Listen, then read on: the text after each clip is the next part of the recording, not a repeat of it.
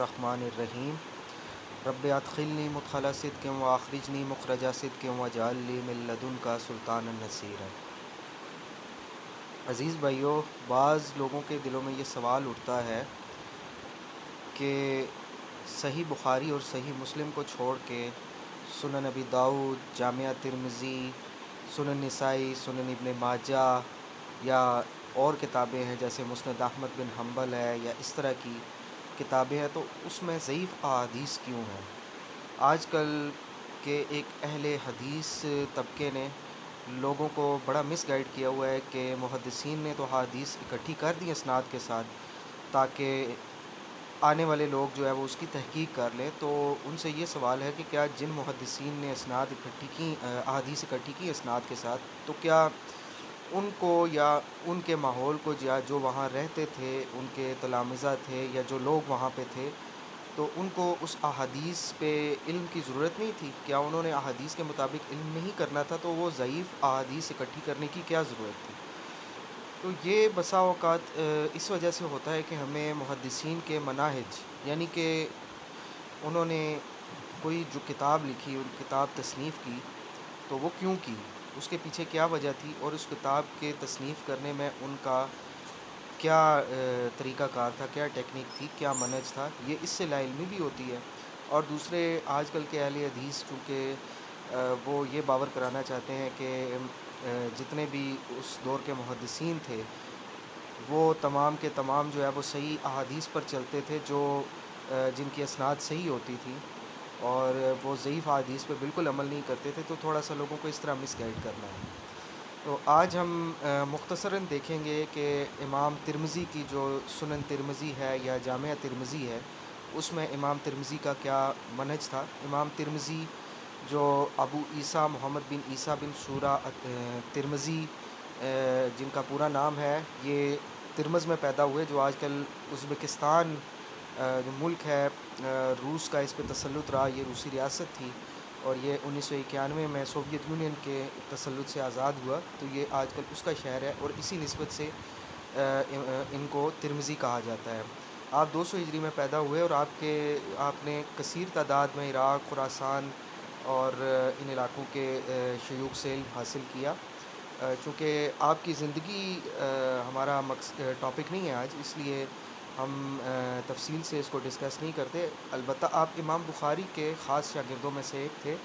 اور سوالات ترمذی امام بخاری جو ہے وہ ایک باقاعدہ تصنیف بھی موجود ہے۔ اس کے علاوہ آپ نے امام بخاری سے کثیر تعداد میں احادیث کی علتوں پر سوال کیے، جو آپ کی اپنی کتاب جو سنن ترمذی ہے اس کے آخر میں ابواب العلل ہیں، ان میں موجود ہیں، اور اس کے علاوہ علل الکبیر ہے، وہ آپ کی تصنیف ہے، اس میں بھی موجود ہیں۔ اور بسا اوقات آپ اپنی سنن میں بھی یہ ذکر کر دیتے ہیں کہ میں نے محمد بن اسماعیل یعنی امام بخاری سے اس حدیث کے بارے میں یا اس راوی کے بارے میں پوچھا، تو انہوں نے فلاں جواب دیا۔ تو امام ترمذی نے جو سنن اپنی مرتب کی ہے، اس کے آخر میں انہوں نے ابواب العلل میں اس کے منہج کی نشاندہی کی ہے۔ امام ترمذی کا کہنا ہے کہ میں نے اس کتاب میں وہ تمام احادیث اکٹھی کی ہیں جن پر کسی نہ کسی طرح اہل علم کا عمل ہے، اہل علم ان سے عمل کے لیے دلیل پکڑتے ہیں، سوائے 2 احادیث کے، اور وہ ان میں سے ایک حدیث ہے حضرت عبداللہ ابن عباس کی حدیث ہے کہ نبی صلی اللہ علیہ وآلہ وسلم نے مدینہ میں بغیر کسی خوف کے یا سفر کے ظہر اور عصر کی نماز کو اکٹھا کیا یا نمازیں جمع کر کے پڑھی، اور دوسری حدیث ہے چوتھی دفعہ شراب پینے پہ جو ہے وہ سنسار کرنے کی یا قتل کرنے کی۔ تو بہرحال یہ اس سے پتہ چلتا ہے کہ امام ترمذی جو ہے وہ اہل علم کے عمل کو، حدیث پر اہل علم کے عمل کو ایک بہت بڑی بات شمار کرتے تھے، کیونکہ جن احادیث پر اہل علم کا عمل ہوتا ہے، بڑے بڑے علماء، امام جو ترمذی ہیں ان کے مشائخ میں بڑے بڑے لوگ شامل ہیں، تو ان پہ انہوں نے جن احادیث پہ عمل کیا تو ان کی اپنی وقت ہے۔ اس کے علاوہ امام ترمذی سے صحابہ تک 4 یا 5 اسناد ملتی ہیں ہمیں، 4 یا 5 لڑیاں ہیں۔ تو جو 4 یا 5 لڑیاں ہوتی ہیں کسی شجرہ میں یا کسی زمانہ میں، تو ان میں نالج ابھی اتنا کرپٹ نہیں ہوا ہوتا، وہ عمل کی صورت میں بڑی مضبوط طریقے کی صورت میں موجود ہوتا ہے۔ تو امام ترمذی نے اس بات کو مد نظر رکھا ہے۔ امام ترمذی کی جو سنن ہے، اس کا نام اس کا مکمل نام تو طویل ہے، لیکن اس کو جامعہ ترمذی یا سنن ترمذی کہا جاتا ہے۔ اس میں 3956 احادیث موجود ہیں، اور نسخوں کی نسبت سے کچھ تھوڑا نمبری میں تبدیلی ہو سکتی ہے، اور اس میں ٹوٹل 51 کتب ہیں، یعنی کتاب الطہارہ سے لے کے کتاب المناقب تک، یہ کل 51 کتابیں ہیں، اور ہر کتاب میں بہت سارے ابواب ہیں، اور ان تمام ابوابوں کی تعداد 3210 ہے۔ تو یہ امام ترمذی کی ٹوٹل کتاب کا مجموعہ ہے۔ اس کے علاوہ امام ترمذی کی اس کتاب میں جس طرح سے انہوں نے احادیث کو ذکر کیا، تو جب وہ کسی باب میں کسی حدیث کو لے کے آتے ہیں تو سب سے پہلے جو حدیث ہوتی ہے اس پہ کوئی کلام ہوتا ہے، یا وہ ضعیف ہوتی ہے یا وہ معلول ہوتی ہے، امام ترمذی اس کی علت کا ذکر کرتے ہیں، اور اس کے بعد امام ترمذی صحیح حدیث کو لے کے آتے ہیں، جو ان کے نزدیک پہلی والی حدیث کے مقابلے میں یا بالکل مطلقاً ہی صحیح ہوتی ہے۔ تو یہ ایک بات مد نظر رکھنی چاہیے کہ امام ترمذی پہلے ضعیف حدیث کو لے کے آتے ہیں، یا معلول حدیث کو، یا جو ان کے نزدیک جس پہ کلام ہوتا ہے محدثین کا، اسے، اور بعد میں صحیح۔ جیسا کہ امام بخاری یا امام مسلم ہے کہ وہ پہلے صحیح ترین حدیث کو لے کے آتے ہیں اور اصول میں، اور اس کے بعد جو ہے وہ تھوڑی کمزور روایات لے آتے ہیں جو متابعات یا شواہد میں۔ تو امام ترمذی کی پریکٹس اس سے بالکل الٹ ہے، البتہ اس کتاب میں کئی جگہ پہ امام ترمذی شروع میں صحیح حدیث بھی لے کے آئے ہیں، لیکن زیادہ تر امام ترمذی نے جو کتاب میں طریقہ کار اختیار کیا وہ پہلے ضعیف یا معلول حدیث کو لے کے آئے ہیں۔ اس کے علاوہ امام ترمذی نے مزید کئی ایسی اصطلاحیں متعارف کروائیں، جیسے حسن صحیح کی اصطلاح ہے۔ تو امام ترمذی جو ہے وہ حسن صحیح اس روایت کو کہتے ہیں، اس حدیث کو کہتے ہیں جو انہوں نے جس سند سے بیان کی ہے وہ تو حسن ہے، لیکن یہ اس کی صحیح سند، جو سب سے مضبوط ترین سند ہے، صحیح سند، وہ کہیں اور موجود ہے جو انہوں نے ذکر نہیں کی ہے، تو وہ اس کو حسن صحیح کہتے ہیں۔ تو امام ترمذی کے نزدیک جو حسن روایت ہوتی ہے وہ ایسی روایت ہوتی ہے کہ جس کے کسی راوی پہ جھوٹ کی تہمت نہ ہو، وہ جس کو کہتے ہیں کہ متروک قسم کا راوی نہ ہو۔ تو امام ترمذی اپنی کتاب میں مختلف راویوں پر کلام بھی کرتے ہیں، اور اپنے اساتذہ کا کلام ذکر بھی کرتے ہیں، زیادہ تر جیسا کہ بتایا گیا کہ امام بخاری کا کلام ہے۔ اور اس کے علاوہ امام ترمذی جب روایات کو نقل کرتے ہیں تو جو ابواب بناتے ہیں تو وہ زیادہ تر ابواب جو ہے وہ ظاہری طریقوں پہ رکھتے ہیں، یعنی ان کے جو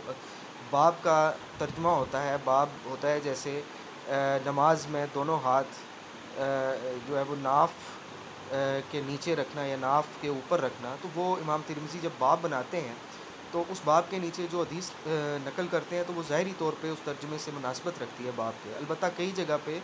وہ خفیتاً یا استنباط کے طور پہ بھی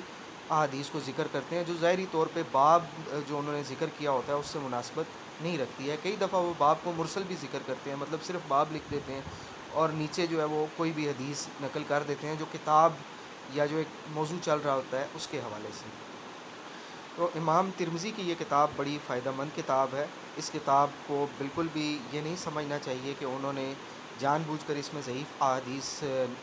جمع کر دی ہیں، بلکہ ان کے پیچھے ایک لاجک تھی ان کی، جو جیسا کہ بیان کر دی کہ اہل علم کا عمل۔ امام ابن اسید جزری جامع الاصول میں لکھتے ہیں کہ امام ترمذی کی یہ کتاب بڑی فائدہ مند ہے اور اس کی ترتیب بڑی اچھی ہے، اس میں حدیثوں کی تکرار بہت کم ہے، اور اس میں اہل علم کے عمل کا بھی بتایا گیا، ان کے مذاہب کا بھی بتایا گیا، اور ان کے استدلال کا بھی، اور اس میں جرح و تعدیل بھی موجود ہے۔ تو آپ دیکھتے ہیں جیسے بخاری مسلم ہے یا ابو داؤد یا ترمذی یا نسائی ہے، تو اس میں راویوں پہ کلام بہت کم ہے۔ بخاری اور مسلم میں تو ہمیں بالکل ہی کم ملتا ہے، مسلم کے مقدمہ میں ملتا ہے، لیکن جو نسائی ہے اس میں ملتا ہے، اور سنن ابی داؤد میں تھوڑا بہت ملتا ہے، لیکن جتنا ہمیں جامعہ ترمذی میں ملتا ہے اتنا نہیں ملتا۔ اور اس کی ایک خصوصیت یہ بھی ہے کہ جیسا کہ بیان کیا گیا کہ امام ترمذی نے احادیث کے بعد ایک علل کے ابواب اس میں تشکیل دیے ہیں، جس میں بہت سارے علل کے کلام بھی کیے گئے ہیں جو بڑے فائدہ مند ہیں۔ تو اس کتاب کا مطالعہ ہمارے لیے بہت ضروری ہے، اس کو صحاح ستہ میں اور یا سنن اربع میں شمار کیا گیا ہے، اور اس کتاب میں جیسا کہ امام ابن اسیر جزری کا میں نے بیان کیا، جامع الاصول صفحہ 191، 92 اور 93 پہ وہ لکھتے ہیں اس کے بارے میں کہ اس میں ایسی اشیاء بھی ہیں جو دوسری کتب میں نہیں ہیں، اور اس میں جرح و تعدیل ہے، علتیں ہیں، تو ہمیں اس کتاب سے ضرور استفادہ کرنا چاہیے۔ ہمیں اس حوالے سے اس کتاب میں اہل علم کے مذہب کے بارے میں بھی پتہ چلتا ہے اور بہت ساری غلط فہمیاں دور ہوتی ہیں۔ دوستو امام ترمذی نے اپنی سنن جو ہے وہ تصنیف کی، اس کے علاوہ آپ کی دوسری مشہور کتابوں میں علل الکبیر ہے اور شمائل ترمذی ہے، جس میں نبی صلی اللہ علیہ وآلہ وسلم کے شمائل ذکر کیے گئے ہیں۔ امام ترمذی کی اس کتاب کے جو اسناد ہیں، یعنی کہ اس کے نسخے ہیں، وہ ہمیں دو سندوں سے ملتے ہیں۔ ایک تو ابو سعید حیثم بن کلیب الشاشی متوفہ 335 ہجری، انہوں نے یہ روایت کی، لیکن یہ روایت اتنی مشہور نہیں ہے۔ دوسری جو ہے وہ ابو العباس المحبوبی ہیں، جو 345 ہجری جن کی وفات ہے، ان کی سند سے ہے، جو آگے جا کے ہمیں ملتی ہے عبد الملک بن ابی القاسم الکروخی کی روایت سے، اور آج کل جو جامعہ ترمذی مطبوع ہے وہ بنیادی طور پہ اسی روایت سے نقل کی گئی